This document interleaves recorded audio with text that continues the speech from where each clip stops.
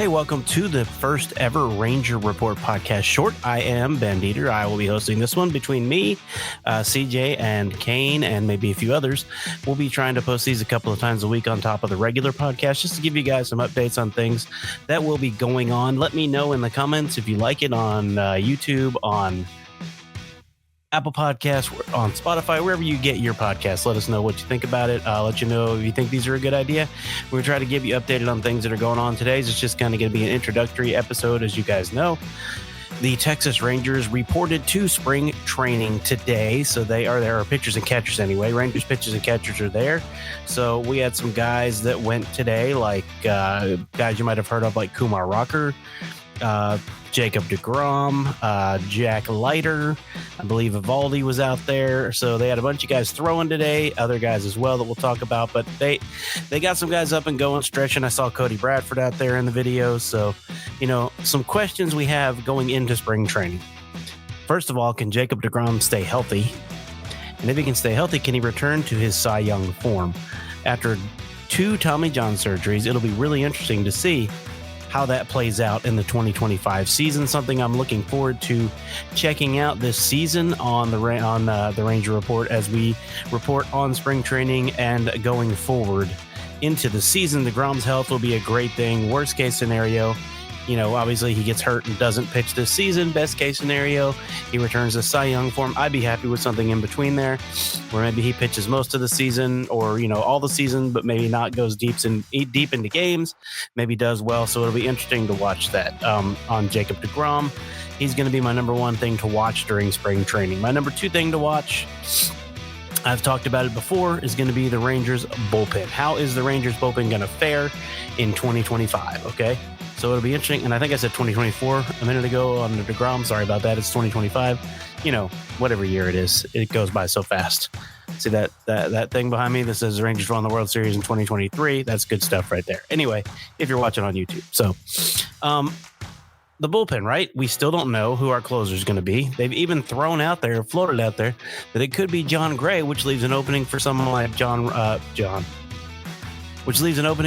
Kumar Rocker to make the rotation, or Jack Leiter, or somebody else if they step up during spring training. We already know we got Cody Bradford, Tyler Mahle, Jacob deGrom. We got Nathan Eovaldi, and then Jon Gray would be the 5th one. But what if Jon Gray winds up becoming the closer?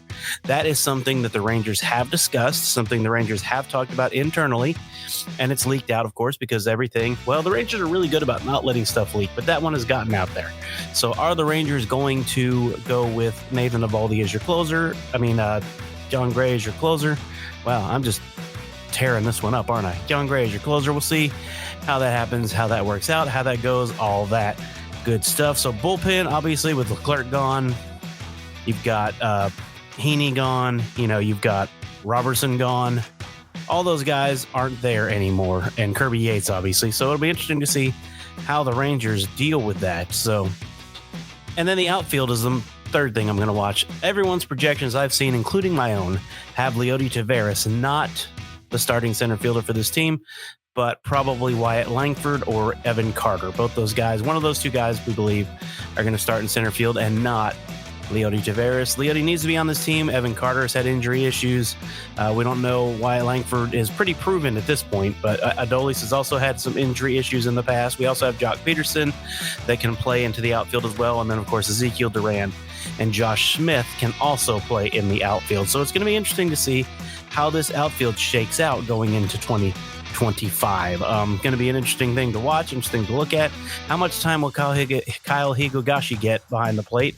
He's going to split with Jonah Heim, is what we understand, but it'll be interesting to see how that plays out. So each week, 2 to 3 times a week, we're going to jump on here. We're just going to give you kind of a rundown of what happened the last few days at spring training. Today being day 1, there's only 1 day to talk about. Nothing really happened. Some guys threw, some guys caught. Some guys are getting ready, so hopefully everyone's healthy. See, that's a big deal to me this year. Going into the season, going into last season, not everybody was healthy. Going into this season, the Rangers have a full slate of healthy players going into the 2025 season, starting spring training.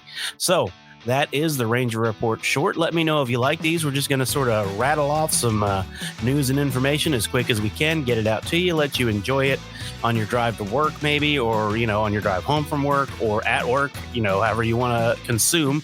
And let us know what you think about this idea. The Ranger Report Shorts is brought to you by nobody yet, but if you want to sponsor it, let us know. Ranger Report Shorts are looking for someone to sponsor it. So let us know if you're interested in that, and we will talk to you guys on the next one. Time to drop the deuces.